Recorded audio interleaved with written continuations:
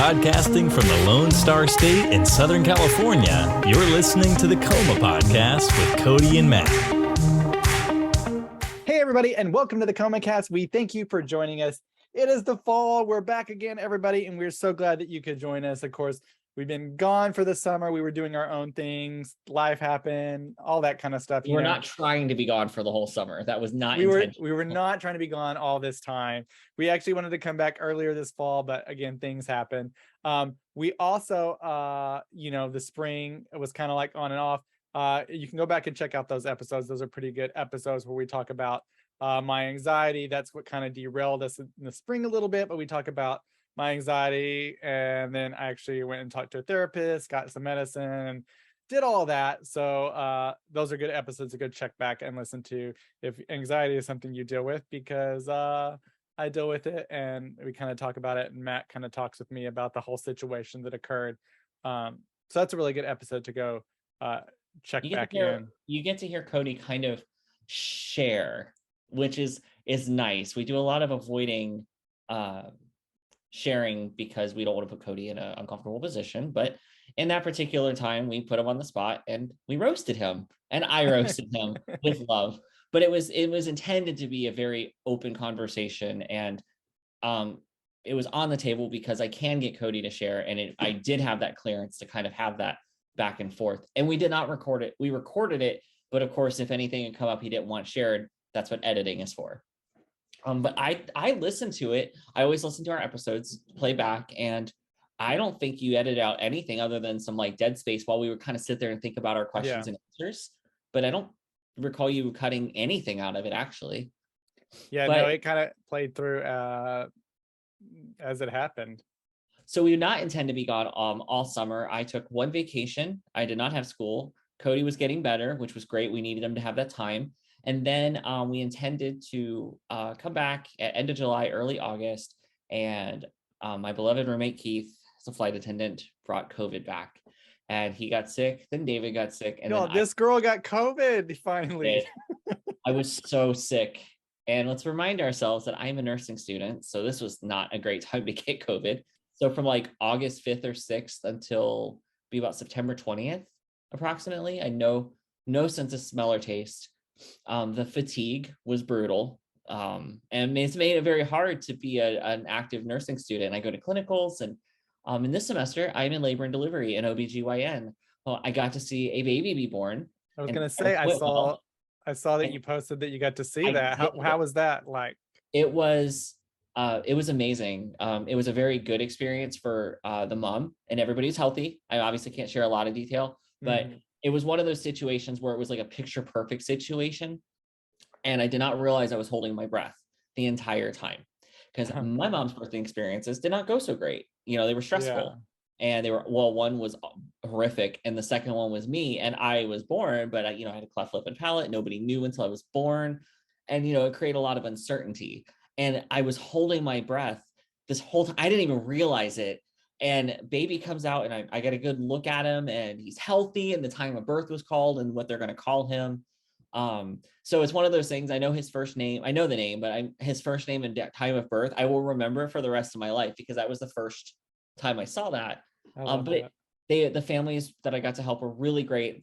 We always ask if they're okay with a student being there, because sometimes, depending on the situation, being a male student, you kind of, it's a touchy gray area. I feel better just making sure everything's okay. But the patients I was with that day were super great about it. It was just a cool experience. So I've got a couple more weeks of that. But this whole time I was recovering from COVID, like with no energy. My worst symptoms, the aches, the pains, the fever, that was gone in about 5 to 8 days. By day 10, I looked fine. I just was so tired. And then you got sick right after. Guys, Cody, I'm better. And guess what? So he was sick. We couldn't. We were scheduled to record. He gets COVID. We can't record. Yeah, I couldn't even sit up. Then he starts getting better-ish. So the idea comes that we gonna maybe record later that week. And then I'm gonna say he gave it to me, but he didn't. I then got COVID, y'all. Like, what is Yeah. that about? We both got it Like a week, at the like literally basically a the week same apart. time. Um, No, but yeah, so so I got it from I got it from Justin, most likely. We probably got it when we went out to celebrate mine and his birthday, and that's the only thing we can think of. Gabe was also with us that whole entire time. He never got it, so we think that Justin picked it up somewhere when we were out with no mask, and then just more closer contact with Justin. And I got it. And then Gabe ultimately did not get it, which is good because he went back on tour. But yeah, and so I texted Matt. I was like, "Oh my God, guess what? I have COVID." Well, he knew Justin had it, and then it was every day I would be like negative, negative, and like I boom. think 3 days negative, and then it was like boom, and I only had like a fever, a little Yeah, bit you of seem congestion, fine. I was not um, fine. and then the cough was more like a cough was more like a tickle in the throat causing me to cough, but nothing like a cough. I still have a Um, residual cough and then periodically.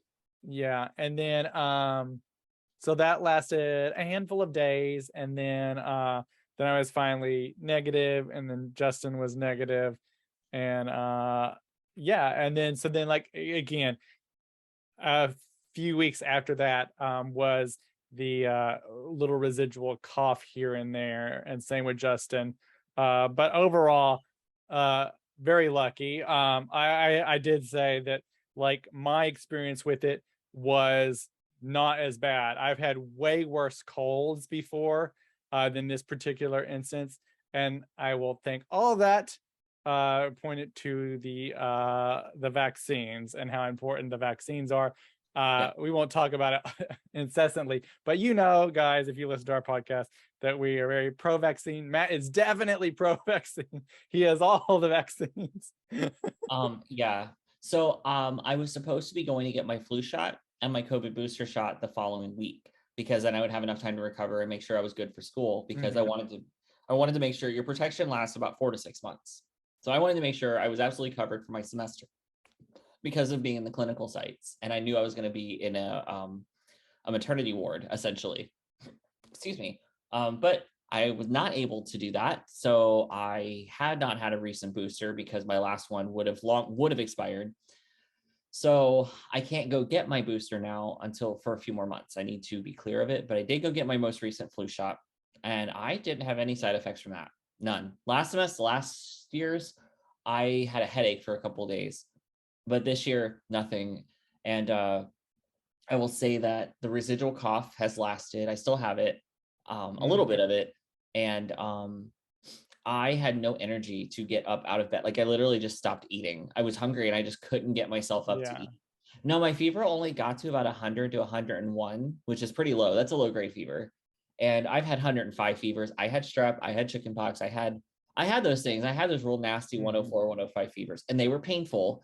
But this was worse because my temperature would go between 97 and 101 every 10 minutes, sometimes Oh for wow. hours on end. And then it would stabilize at like 101 and then other times stabilize at 97. And I'm a 98.6 right on the dot. My husband is more in the 97.8 to 98 range. I run a little warmer apparently. And so humans are really sensitive, a couple degrees either way. I mean, you're in Yeah. hell. And so I was just in hell. At one point, I guess I pulled all these blankets on top of me and my fever hadn't broken. And David said he woke up at about 5 o'clock in the morning, 3 to 5, sometime in that range. And he was shaking and freezing. And he said he realized, because I've also fallen asleep in probably this hoodie, that he's like, oh, I'll just borrow one of Matt's. And then he realized, he's like, oh my gosh, she's been laying here for a good 8 hours and he hasn't moved, which means he's still cold. And he's like, then I felt really bad thinking about taking one of your blankets. So he got up and went through the house until he found a blanket for himself and then went back to bed. I was like, Oh you could gosh. have. Oh. When our fevers did break though, they broke about 4 o'clock in the morning on day Yeah. 5 or 6. And we woke up. I felt that night I was wearing a tank top. I went through every single hoodie I own, which is about 12, by the way. I learned. I soaked them through, and my shirt, they broke. And I woke up and I thought maybe I had spilled my water bottle on me. And then I put my hands down and I could feel water on me. And I thought it was, again, I'm like, crap, I got water on my bed of what have I done to myself? And then I realized it was under David and me, top, bottom, side. We had a California king size bed because David's so tall. The whole thing was water. It was our fevers. It was just our fevers. So I turned the lights on and I woke David up and we were too sick to move hardly. So I grabbed towels and shoved them under him and then threw a couple down on myself and tried to find a corner of the bed that was less wet. It literally looked like water had just been poured all over the bed. My shirt was a gray tank top. And you know what gray looks like when it's wet? That dark, dark, dark color. The next day, around 4:00 in the afternoon, which would have been about 10, 12 hours later, that shirt was still laying on the ground because I hadn't gotten out of bed yet. It was still dark gray. It was still like wet. Like actively, I could wring shit out of it wet. I did not know that was physically possible. My hair felt absolutely disgusting for about 3 or 4 weeks because I sweat so hard. It literally felt like I've been rolling around in salt water. Oh my God. It just did not get better. It did not get better until I literally went and got a haircut a few weeks after I started feeling well enough to not, when I didn't have a lingering cough, even though I was not symptomatic. I just, you don't want to freak out the person cutting your hair. And it was an ugly experience, Well, and I was lucky. David started getting better and I didn't. And that was starting to get a little scary because I would run up the stairs and I just couldn't breathe. I'm like, great. Yeah. I'm used to biking 5 miles at a time and then go do a full weightlifting regimen. And then I've been back to the gym twice. Oh, wow. I can jog, but I cannot run as much or as fast as I could a month and a half ago. So crazy. David absolutely can't. Like he absolutely can't. So we're still kind of recovering. Y'all are recovering. And so that is a good point to get your booster shot if you've not gotten it. The boosters are available. I need to get my booster shot for COVID. I got to get my flu shot. Waiting on that like about 2 weeks more because I think next week we're going to get our second you got your monkeypox vaccine. So we'll be doing that. So I'm getting all the vaccines again too, but so get that if you haven't got the booster, just to stay safe. Because you do not want monkeypox. It is painful. You don't want monkeypox either. So if that is available to you in your area and a lot of larger cities in I guess liberal states, it's starting to open. It's not. I'm still working on it here. I think it is becoming available. I check every couple of weeks. I'll just Google it because you can't get wrapped up in it, you know. But so stay safe. But everybody, this fall we have a lot of fun stuff coming. We're going to be talking about nostalgia. Bree's going to be joining us again, so that's really exciting. It's always fun when she's back. Dr. Jake's going to be back, going to be talking about some medical stuff and like some stuff with you. We're going to use me as the example because we're going to be talking a little bit about our health and how, Cody and I always talk about staying on top of your health and advocating for yourself. And Dr. Jake's going to be here to kind of talk about that. We're going to talk about how he caught the issues that I have by just doing complete lab work. Yeah, that's it. Very easy. He's just like, let's go do this as part of his standard practice, and caught an issue and has started correcting things that I've been just struggling with for years. So I just thought it'd be a really good way to talk about it because I don't care. There's nothing in there that's scary or private or anything that I am like worried about. So I feel like if we talk about it, maybe we can encourage others to ask their doctors and advocate for themselves. If you're not feeling, because you know yourself, if you don't feel right, you don't feel right, and sometimes it's just best to get that extra lab work, and it's always good hearing from Dr. Jake. He's always welcome, and we're glad that he's going to be coming back this fall. He'll be back like 2 times this fall to talk about between those 2 different topics. We're going to be talking about GBF, gay best friends. That was all the rage, and it was kind of like we were accessories back in the early 2000s. Sometimes I still feel like one, like at school. Sometimes I feel like it's like when you respond, they're like, "Oh, you're being sassy." I'm not being sassy. I'm disagreeing with you, stupid bitch. Wait till he is sassy with you. Then you're gonna know. This also there's like a lot of queer spaces that are disappearing across America. So we'll highlight some of those. And actually here in San Diego, there is one of only like 7 lesbian bars in the whole country, I think, that are left. So that's gonna be fun. Mandela Effect, that's kind of all the rage you've seen on TikTok and different things of things that we think we remember, but that's not actually how Not they quite. are, which is crazy.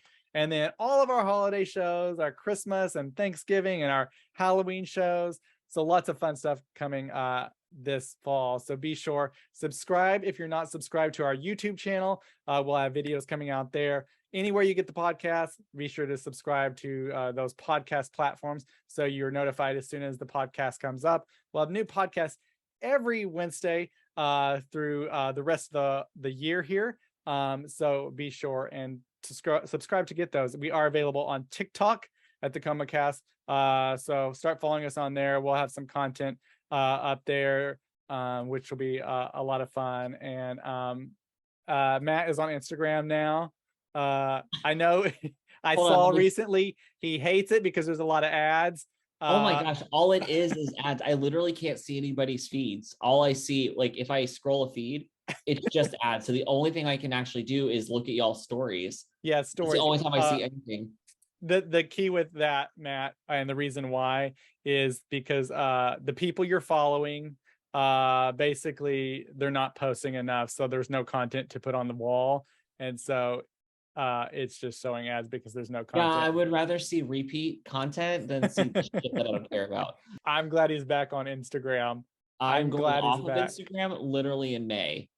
Girl, he's not gonna get off Instagram because y'all are gonna make Instagram the place to be, and he's gonna have to keep it for the ComaCast. So go follow him. I can't. What is inbox? What is inbox? Oh, it's I'm Poetic AF. I'm Poetic AF on Instagram to follow him, but we'll have it on all of our socials. Yes, you can actually follow me there. I will generally follow back.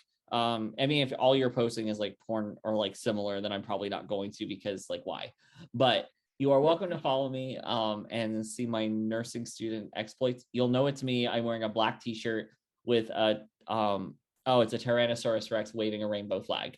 So yeah, there you go, y'all. You know it's me. But yeah, so lots of stuff to look forward to, fun stuff, exciting stuff this season. Again, new episodes every Wednesday through the new year. So you're going to see us every week till then. It's an exciting few months ahead.